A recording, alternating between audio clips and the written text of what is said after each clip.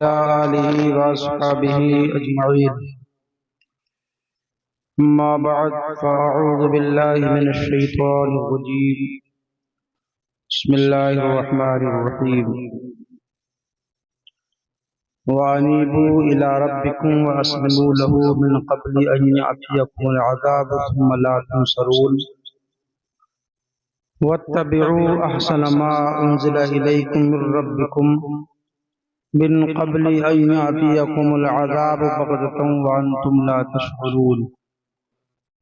आमन्तु बिल्लाहि सदक़ल्लाहुल अज़ीम। गौसे आज़म व बरे बेसरो सामा मददे क़िबला-ए दीन मददे काबा-ए ईमा मददे बगिरदाबे बला उस्ताद किश्ती मदद गुनिया मुईनुद्दीन चिश्ती क़ादरी नारे या गौसे आज़म नी ज़नम दमद शेख अहमद रज़ा खां क़ुत्ब आलम नी ज़लम। मुअज़्ज़ज़ सामीन हज़रात, सबसे पहले बारगाह रिसालत मआब सल्लल्लाहु अलैहि वसल्लम में एक मर्तबा हदिया-ए दरूद पाक पेश किया जाए। अल्लाहुम्मा सल्लि अला सय्यदिना शफ़ीइना हबीबिना व मौलाना मुहम्मदिन मअदिनिल जूदि वल करम व आलिहि व बारिक वसल्लम। सलातुन व सलामुन अलैका या रसूलल्लाह या नबी अल्लाह या हबीब अल्लाह सल्लल्लाहु तआला अलैहि वसल्लम।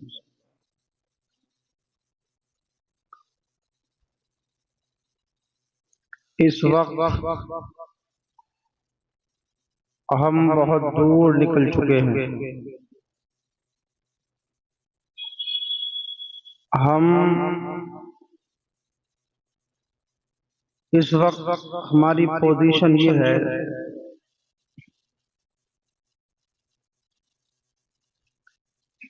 कि आज के मुसलमानों को ये नहीं मालूम है कि कहाँ जाना चाहिए और कहाँ नहीं जाना चाहिए। बस एक सफर है और मनमाना सफर है, उस पर इंसान निकला हुआ है। आज का मुसलमान ये नहीं देख रहा है कि हम जिस रास्ते पर चल रहे हैं, जिस सफर पर निकले हुए हैं, क्या कुरान, इस्लाम, नबी पाक की हदीस उन रास्तों से रोकती है कि उन पर चलने का हुक्म देती है।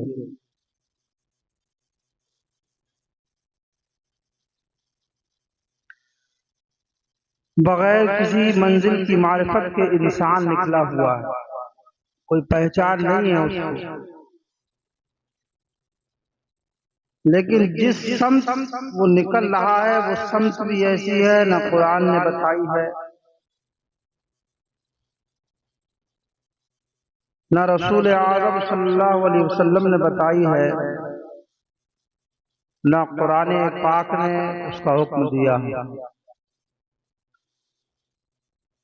मुसलमान एक सफर पर रवा दवा है और ना वो ये जानने की कोशिश करता है कि ये रास्ता कहाँ जाता है, इस रास्ते पर मुझे चलना चाहिए कि नहीं चलना चाहिए।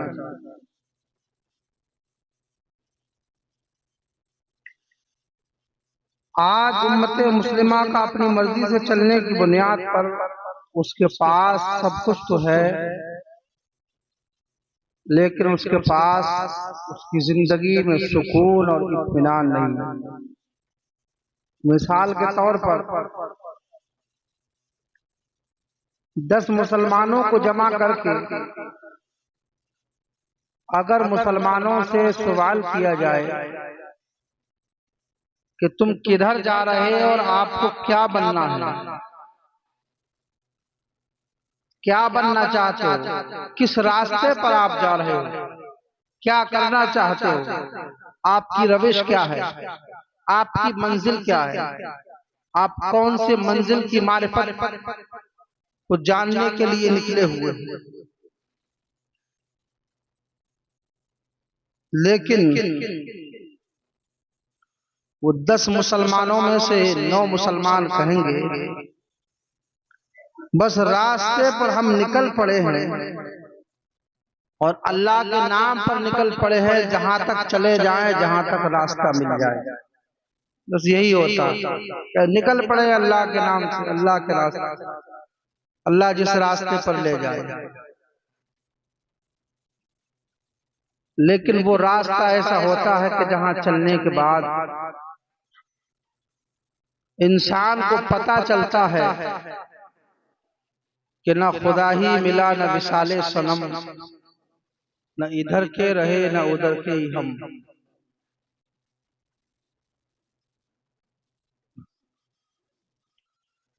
और सबसे ज्यादा मुसलमान जिस रास्ते पर जा रहा है, जिस रास्ते पर चल रहा है, जिस मंजिल पर सफर कर रहा है,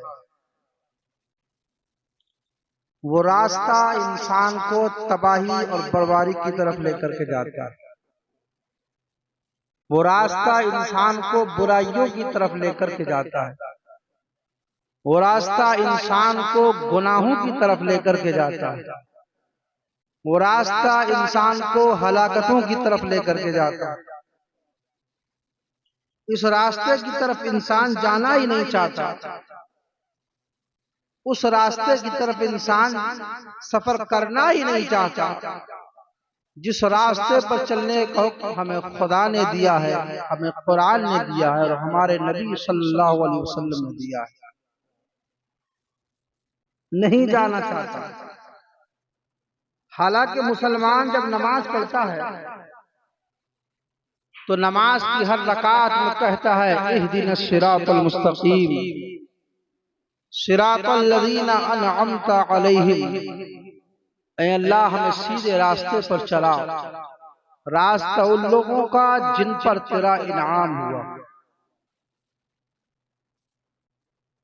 हर नमाज की हर रकात में ये हम पढ़ते हैं सूरह फातिहा में, ऐ अल्लाह हमें सीधे रास्ते पर चला, और रास्ता उन लोगों का चलाना जिन पर तेरा इनाम हुआ। जो इनाम याफ्ता जमात है उनके रास्ते पर चला।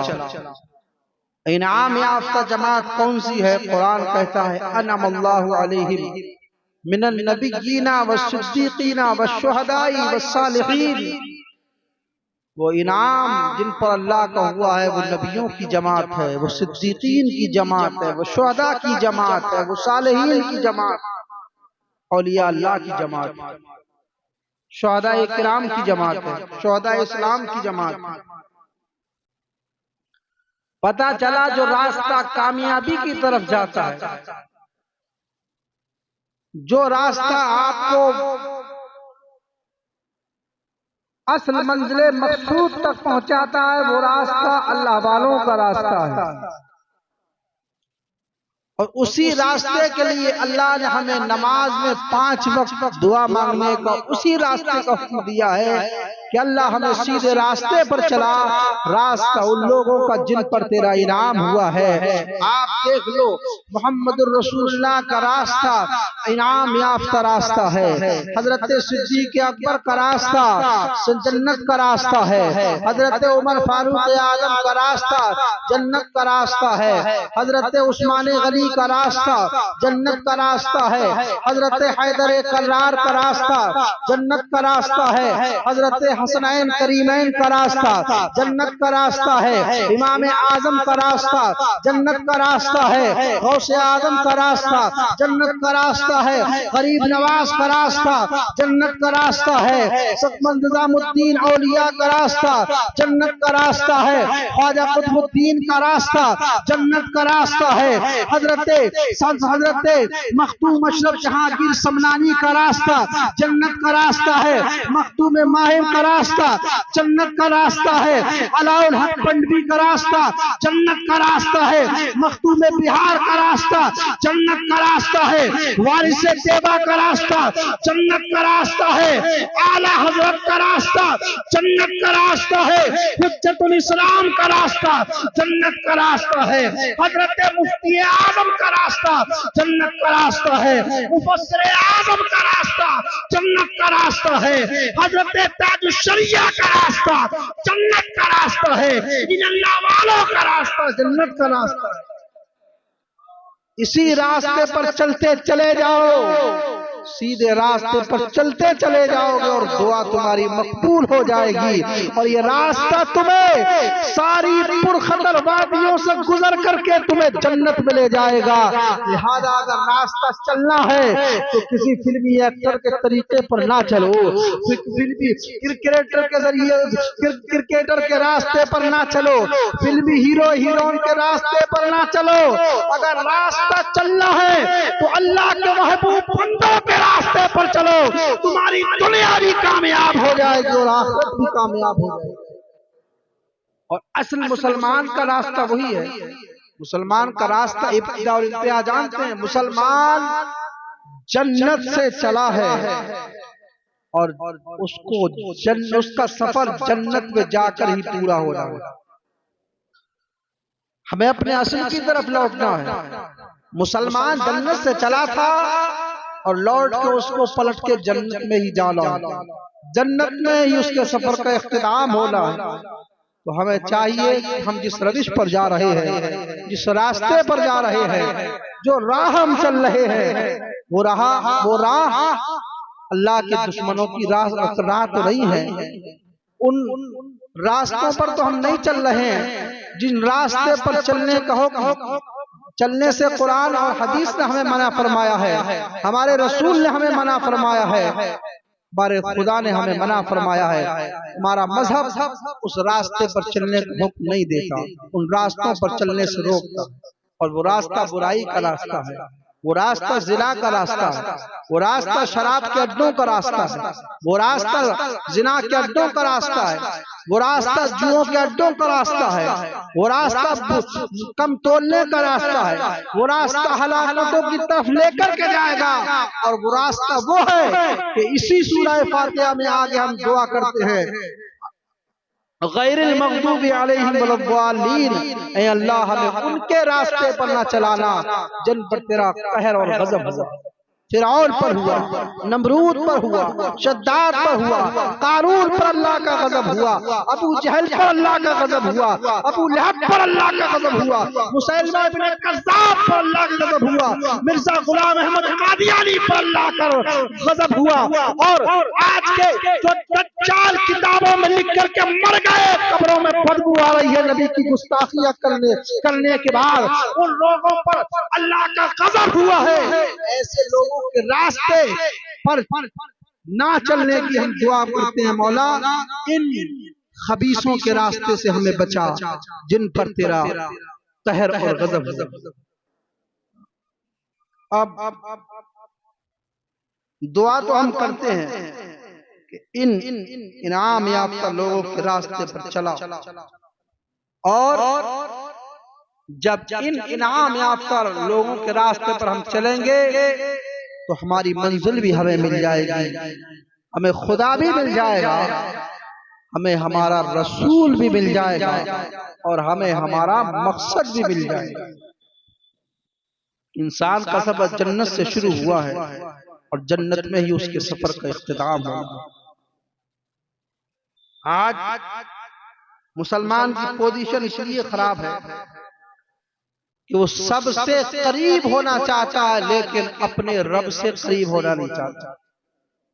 वो सबके करीब, जो जितना बड़ा जालिम है उस जालिम की वो इतनी रिस्पेक्ट कर रहा है, जो जितना बड़ा बदअकीदगी में डूबा हुआ है वो उतना गहरा उसका दोस्त है, जो जितना ज्यादा बुराइयों में मुलव्विस है इंसान उसके करीब होना चाहता है, इंसान दौलतमंद के करीब होना चाहता है, इंसान इक़्तिदार वाले के करीब होना चाहता है, इंसान सबके करीब होना चाहता है, लेकिन अपने रब से दूर होता चला जा रहा है। ऐ लोगों, सबके करीब ना हो बल्कि अपने रब के करीब हो जाओ। जब तुम अपने रब के करीब हो जाओगे तो जो रब के करीब है अल्लाह उनके करीब तुम्हें कर देगा, ज़माना तुम्हारे करीब हो जाएगा। लेकिन जरूरत यह है कि हम अपने परवरदिगार के करीब होते चले जाएं और अपने परवरदिगार को राजी करने की दिन रात हमतन कोशिश करें। आज का मुसलमान बुराई की तरफ बढ़ रहा है, जिना के अड्डों की तरफ, शराब के अड्डों की तरफ, जुओं के अड्डों की तरफ, वायदा खिलाफी कर रहा है, झूठ बोल रहा है, कम तोल रहा है, लोगों की हक मार रहा है, माँ बाप पर जुल्म और सितम कर रहा है, वायदा खिलाफी कर रहा है, इंसान एक दूसरे की जायदाद और जमीन हड़प रहा है, माल गजब कर रहा है, झूठ ही झूठ, गुनाह ही गुनाह, धोखा ही धोखा, फरेब ही फरेब, मक्र ही मक्र। इंसान को जिस जहर से देखो, आज मुसलमान गुनाहों के गड़े और समंदर में डूबता जा रहा है। ऐ मुसलमान, तेरी शान ये नहीं है कि तू गुनाहों की तरफ जाए, बल्कि तेरी शान तो ये है कि तुझे देख लें जब लोग तो गुनाह करना छोड़ दें। और मुसलमान मोमिन की शान ये है कि जिसके किरदार और रफ्तार, गुफ्तार और अमल को देख करके अल्लाह और उसके रसूल की याद आ जाए। अल्लाह अपने बंदों से बहुत मोहब्बत फरमाता है और अपने भटके हुए बंदों से फरमाता है। बजाहिर होता है ना, इंसान भटक जाता है, कहते ना ये रास्ता भटक गया, ये बुराई के रास्ते पर चल पड़ा। ऐसे ही इंसान अगर गुनाह कर बैठे और बुराई के रास्ते पर पड़ गया है तो अल्लाह उन भटके हुए बंदों से क्या फरमाता है?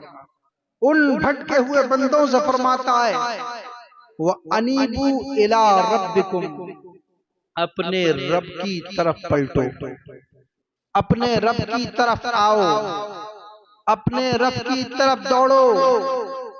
इसलिए अल्लाह फरमाता है, बंदो तुम गुनाह कर चुके, ऐ जानियों आ जाओ, ऐ चोरी करने वालों आ जाओ, ऐ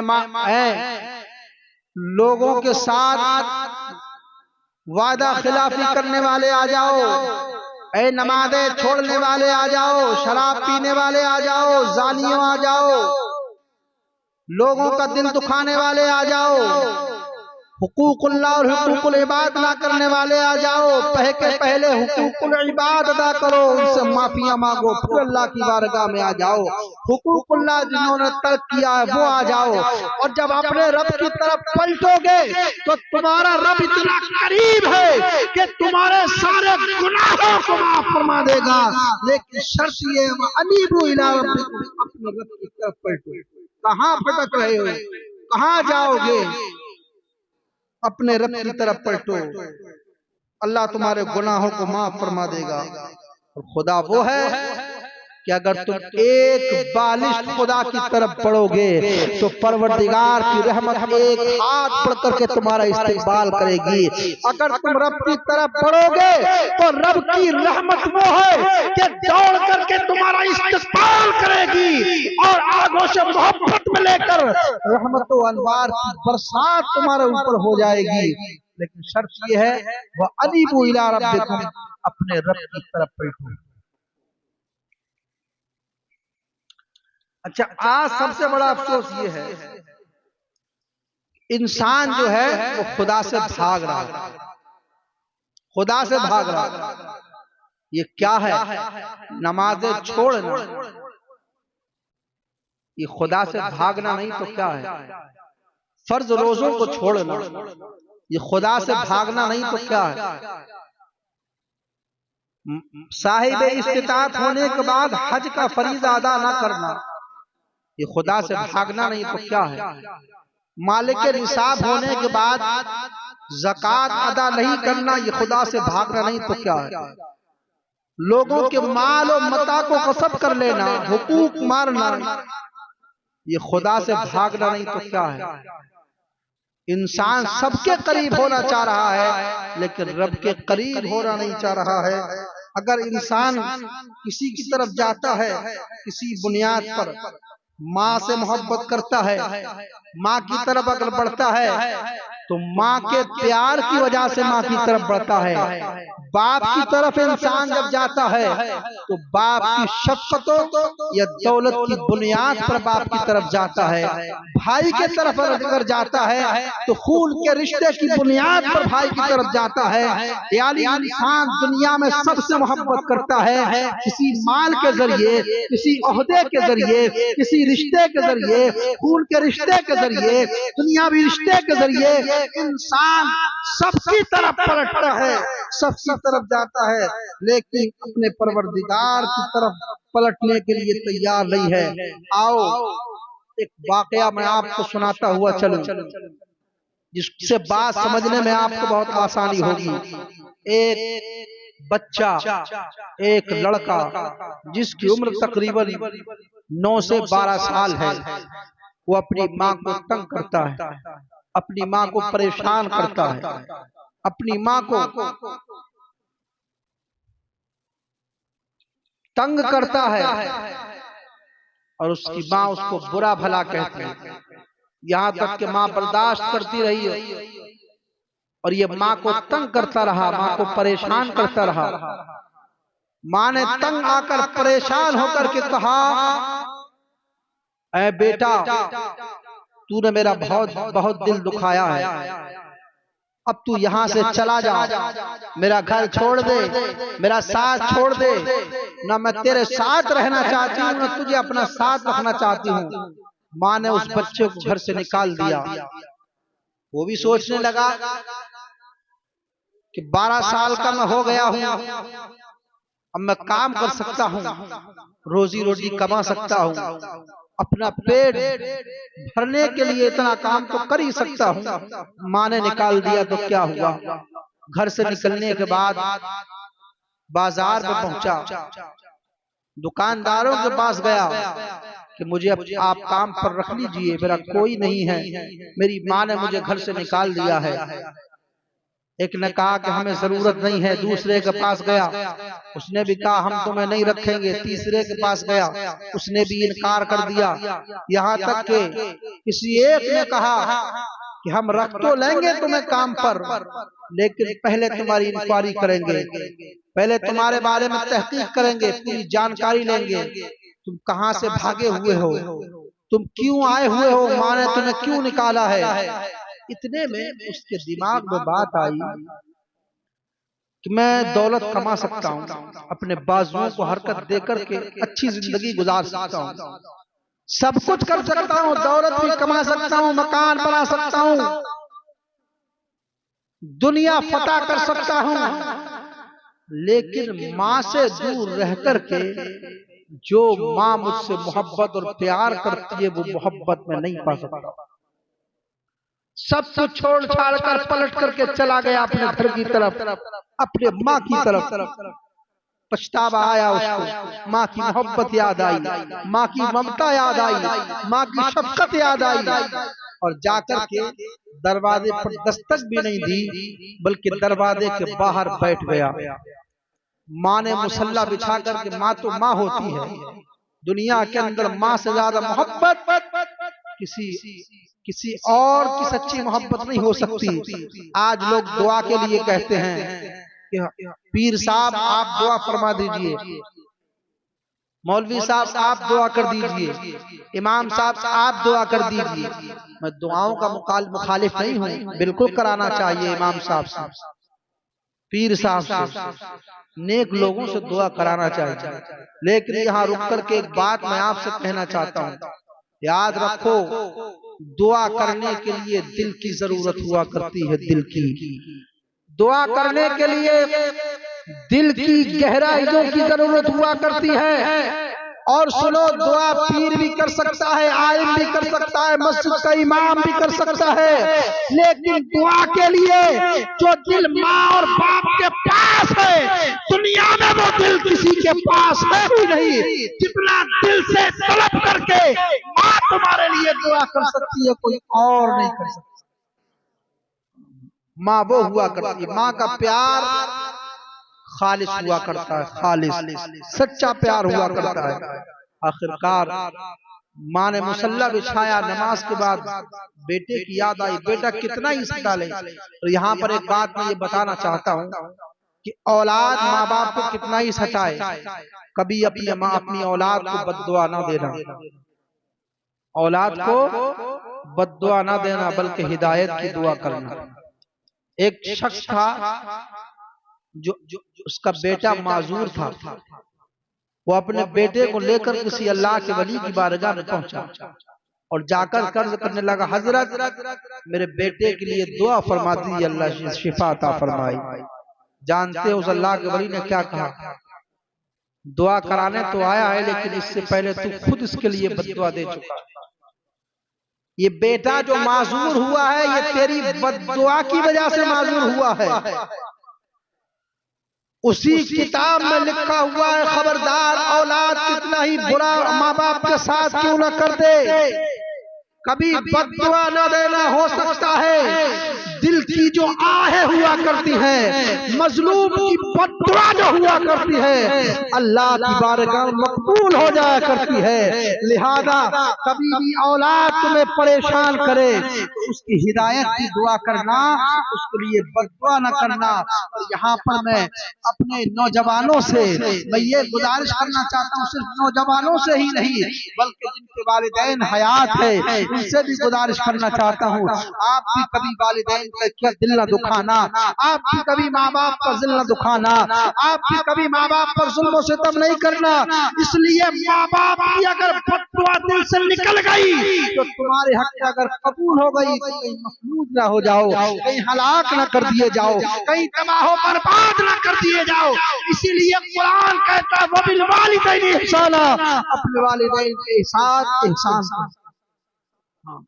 अब माँ ने मुसल्ला बिछा करके नमाज पढ़ी और जब दुआ की रो करके, परवरदिगार मेरा बेटा मुझे वापस फरमा दे, मेरा बेटा घर वापस आ जाए, मेरा बेटा मुझे लौटा दे।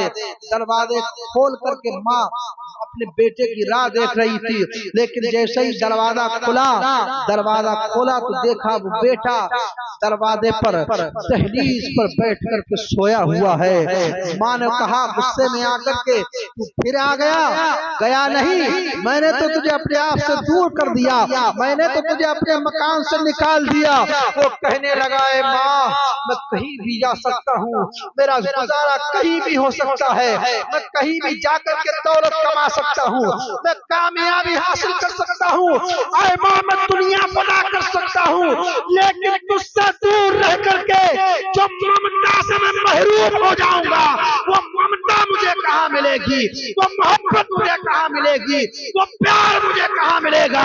मैं तुझसे दूर नहीं होना चाहता, मैं तेरी मोहब्बत और तेरी दुआओं से महरूम नहीं होना चाहता। माँ की ममता तड़प उठी और उठ करके उस अपने बेटे को सीने से लगा लिया। यहीं पर सूफियाए किराम फरमाते हैं कि जब बेटा अपनी माँ को सताने के बाद घर से निकल जाता है और पलट करके अपने घर जब आता है, तो जब माँ अपनी बेटे से इतना प्यार करती है तो अगर बंदा गुनाह करने के बाद अपने परवरदिगार की तरफ पलट करके आ जाए तो वो परवरदिगार जो 70 माओ से अपने साथ बंदों से ज्यादा मोहब्बत करता है, 70 माओ से ज्यादा प्यार करता है, वो परवरदिगार अपने बंदे से कितना प्यार फरमाएगा, वो परवरदिगार अपने बंदों से कितनी मोहब्बत फरमाएगा, इसका अंदाजा कोई नहीं लगा सकता है। वो अनीबू इला रब्बिकुम, पलटो अपने रब की तरफ। रब की रहमत आवाज देती है, मैं कोई और नहीं बल्कि मैं तुम्हारा पालनहार तो हूँ, मैं तुम्हारा पालने वाला ही तो ही हूँ, मैं तुम्हारा खालिक और मालिक तो हूँ। जितने भी अंबिया इकराम ने जब जब दुआ मांगी है, कुरान पाक आप जब पढ़ेंगे तो इन्हीं अल्फाज से कसरत के साथ दुआ मांगी है, रब्बना रब्बना रब्बना रब्बना, ऐ हमारे पालने वाले, ऐ हमारे रब। तो परवरदिगार हमारा पालने वाला है, परवरदिगार की तरफ हम पलटे। और इंसान देखता है ना, कभी कभी साल में 1-2 मरतबा इंसान को झटके लगते हैं, कभी हादसे की बुनियाद पर, कभी माल जाया हो जाता है, कभी ऐसा लगता है जान बच गई, हादसा हो गया। साल में एक दो मरतबा इंसान के साथ कुछ ना कुछ होता है। जानते हो किस लिए? कुरान कहता है अवला यरौ अन्नहुम युफ्तनून फी कुल्ली आमिन मर्रतन औ मर्रतैन। अल्लाह फरमाता है क्या उन्होंने नहीं देखा कि साल में एक मर्तबा या दो मर्तबा आजमाए जाते हैं। साल में एक मर्तबा, ये कुरान है, कुरान अल्लाह फरमाता है कि तुमने नहीं देखा साल में एक मर्तबा या दो मर्तबा तुम्हें आजमाया जाता है, और आजमाइश के बावजूद सुम्मा ला यतूबून, तुम तौबा नहीं करते, वला हुम यज़क्करून, और नसीहत हासिल नहीं करते। इंसान का हाल यही है, हादसे से बच गया तो सोचता अब तो बच गया, अब कौन मेरा क्या करेगा। जबकि वो कुरान कहता है, अल्लाह फरमाता रब की तरफ से आजमाइश होती है। अभी इंसान को देखते नहीं, पिलाने कुछ करता है, उसका कुछ होता है, फिर भागते ताबीज के पीछे, मौलवियों के पीछे, मियाओं के पीछे। कभी गौर किया करो, ये कुरान इंसान के लिए हिदायत है। पढ़ के तो देखें, इसमें सब कुछ मौजूद है। सहाबाए किराम जो थे वो फरमाते हैं कि हमें ऊंट की रस्सी भी अगर गुम हो जाती थी तो हम अपने ऊंटों की रस्सी कुरान से तलाश किया करते थे। सब कुछ है कुरान में। तो आजमाइश जो होती है साल में एक दो मरतबा रब की तरफ से, तो कुरान कहता है कि तुम तौबा नहीं करते, नसीहत हासिल नहीं करते, यानी आइंदा गुनाहों से नहीं रुकते। रुकना चाहिए, तौबा करना चाहिए। कुरान कहता है कि पलटो अपने रब की तरफ, और जो आजमाइश हो रही है, जानते हो दुनिया के अंदर आज इंसान गुनाह करने के बाद ना तो तौबा कर रहा है और ना नसीहत हासिल कर रहा है। ये जितनी तबाही दुनिया के अंदर आ रही है, कभी गर्मी के नाम पर, कभी सर्दी के नाम पर, कभी हादसात के नाम पर, कभी जलजलों के नाम पर, कभी बलाओं के नाम पर, याद रखो रब की रहमत तुम्हें आवाज देती है कि के जरिए मैं तुम्हें अपनी बारगाह में पलटाना चाहता हूँ, मैं अपनी तरफ फेर करके लाना चाहता हूँ, पलट करके आ जाओ, मैं तुम्हारा परवरदिगार हूँ, कोई है। इंसान का हाल इतना बुरा है, इसलिए रब की रहमत ये भी कहती है, कहें लोगों आज तुम जाते हो नेता के पास, अमीर इंसान के पास, फला शख्स से मुझे ये मिल जाएगा, फला शख्स मेरी हिफाजत करेगा, फला शख्स के पास जाऊंगा तो ये फायदा होगा। काम निकालने के लिए जा सकते हो, लेकिन तवक्कुल सबसे ज्यादा किस पर होना चाहिए? अल्लाह पर होना चाहिए। अल्लाह ये बताना चाहता है कि तुम दुनिया के अंदर लोगों के पास जाते हो फायदा हासिल करने के लिए, लेकिन याद रखो अल्लाह से बड़ा ना ही कोई मददगार है, अल्लाह से बड़ा ना ही कोई ताकतवर है, अल्लाह से बड़ा ना ही कोई रहीम है, ना करीम है। उस परवरदिगार आलम की तरफ पलटो।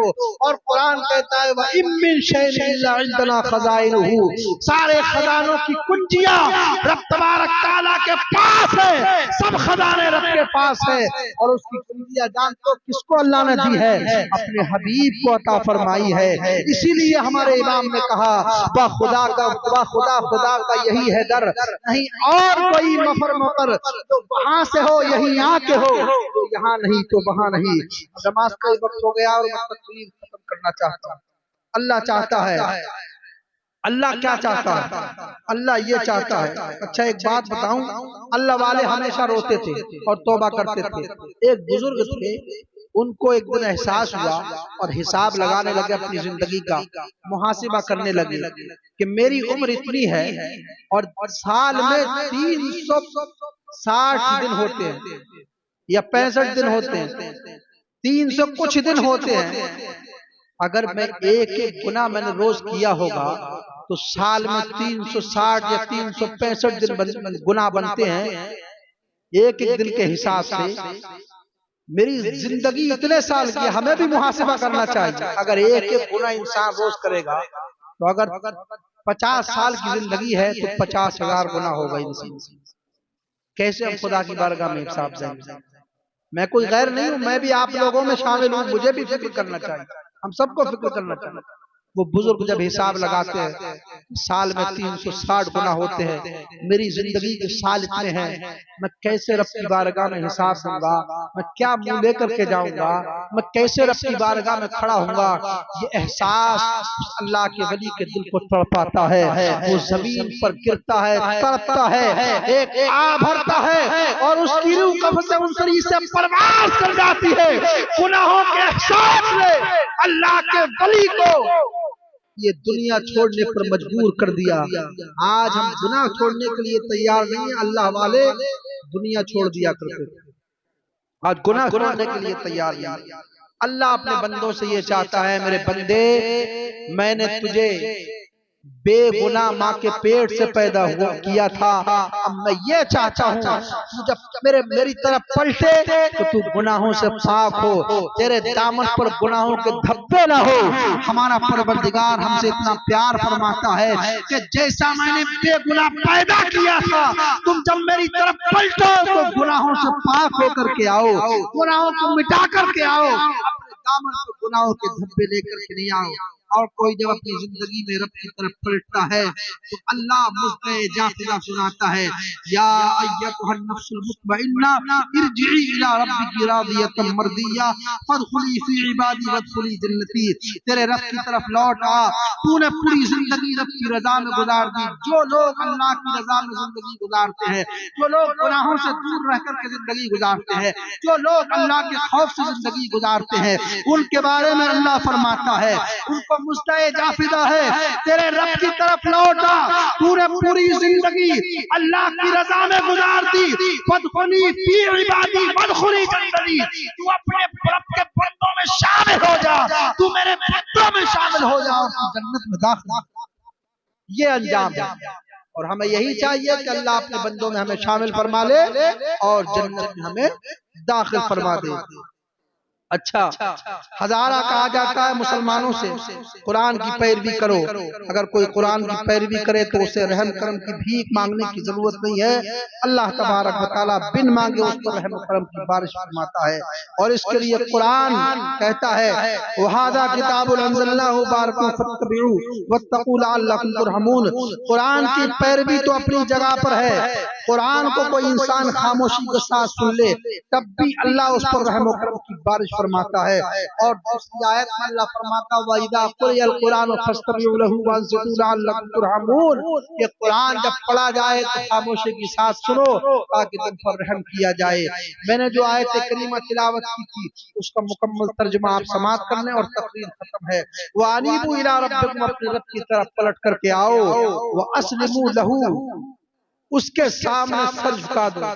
सर झुकाने का मतलब ये है कि जितनी बुराइयां हैं और जिन बुराइयों से अल्लाह ने रुकने का हुक्म दिया है उनसे बाज आ जाओ। वास्लिमू लहू, उसके सामने सर झुका दो। मिन क़ब्ली अन यातियकुमुल अज़ाब सुम्मा ला तुनसरून, तुम्हारे पास अल्लाह की तरफ से अजाब, इससे पहले कि तुम्हारे पास अल्लाह की तरफ से अजाब आ जाए और फिर तुम्हारी कोई मदद ना करे। यानी गुनाह छोड़ दो इससे पहले कि अल्लाह अजाब भेज दे। पता चला आयत ये बताती है कि गुनाह ना छोड़ा तो अजाब आएगा अल्लाह की तरफ से और फिर ऐसा अजाब आएगा कि कोई मदद ना कर सकेगा। इन्ना बत्श रब्बिका लशदीद, रब की पकड़ बड़ी सख्त है, उससे कोई बच नहीं सकता। और आगे अल्लाह फरमाता वत्तबिउ अहसन मा उनज़िला इलैकुम मिर रब्बिकुम मिन क़ब्लि अन यातियकुमुल अज़ाब बग़तन व अंतुम ला तशऊरून। और पैरवी करो जो चीजें नाजिल की हैं उनमें से जो सबसे अच्छी चीज है, जो चीज अल्लाह ने नाजिल की है, जानते हो सबसे अच्छी चीज क्या चीज नाजिल फरमाई है? अल्लाह ने कुरान मजीद नाजिल फरमाया है। कुरान, आज हमारा आलम यह ना हम कुरान को पढ़ना चाहते हैं और अगर कोई पढ़ने वाला पढ़ कर के सुनाए तो कहते हैं यार मौलाना कब खत्म करेंगे। कुरान को ना पढ़ना चाहते हैं ना सुनना चाहते हैं। कुरान को जो सुन ले खामोशी के साथ अल्लाह फरमाता उन पर रहम किया जाएगा। सबसे अच्छी चीज क्या है? कुरान है। इससे पहले कि तुम पर अल्लाह का अज़ाब अचानक आ जाए, रब की बारगाह में तौबा कर लो, रब के शुक्रगुजार बंदे बन जाओ और अपने रब की तरफ पलटो। अस्तगफिरुल्लाह रब्बी मिन कुल्लि ज़ंबि व अतूबु इलैह। कलमा तय्यबा पढ़ लीजिए, ला इलाहा इल्लल्लाह मुहम्मदुर रसूलुल्लाह व आखिरु दावाना अल्हम्दुलिल्लाह।